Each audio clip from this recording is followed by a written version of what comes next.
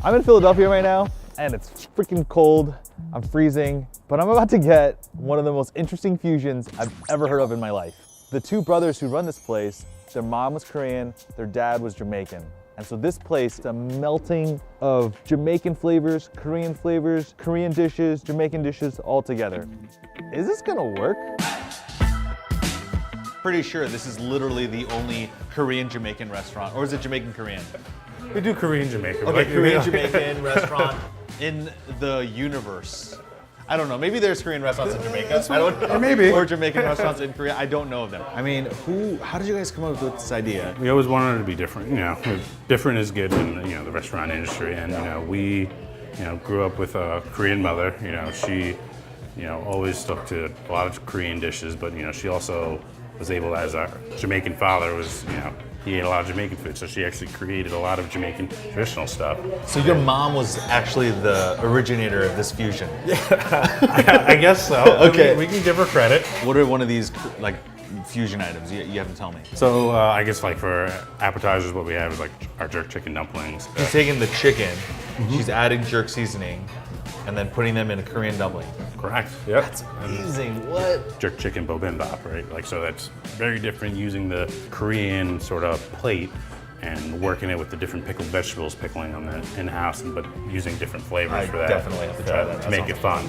My mother came over when she was a small child from Korea.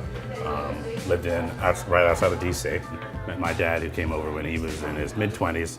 Met in New York City. They actually met through my grandfather, because my mom, found a love for Caribbean food, and kind of met this older guy who cooked Caribbean food, and then met his son. And from there, that's kind of the melting pot that New York is. This is freaking tight. Yeah, I mean they're fun cultures too. So we got palaces, and then we got Bob Marley, the Jamaican idol.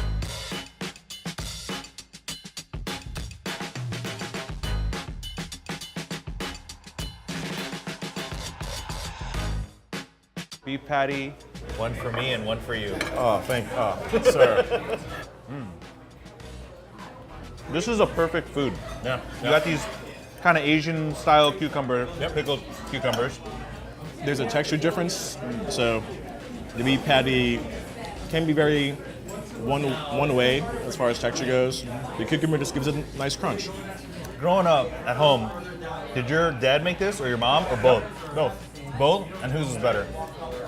Mom's. No. You didn't tell your dad that, did you? Mom's beef patty was more of a potluck patty. Okay. So she'd take leftover beef, leftover chicken, do a little saute. That's a resourceful Korean mother. Yes, very resourceful. This is the Napa cabbage kimchi. You make this? In-house, yes. I make this, but in large bathtub type batches. Dude, that is legit kimchi. Super funky, man.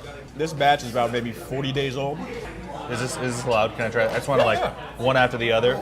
Absolutely.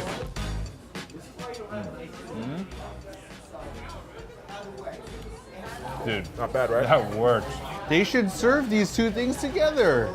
In Jamaican restaurants and in Korean restaurants, they should serve beef patty with kimchi. I want to see why not. These are my favorite guys right here. They got jerk chicken that you guys... Jerk chicken, we cook in-house, and then we add a little confetti onion to it, a little onion, green pepper mixture, a little habanero pepper. And what's the sauce on top? Sauce on top is a jerk sauce, house-made jerk sauce. What am I eating? My brain is being rewired. One late night, it was like, all right, I'm gonna make these.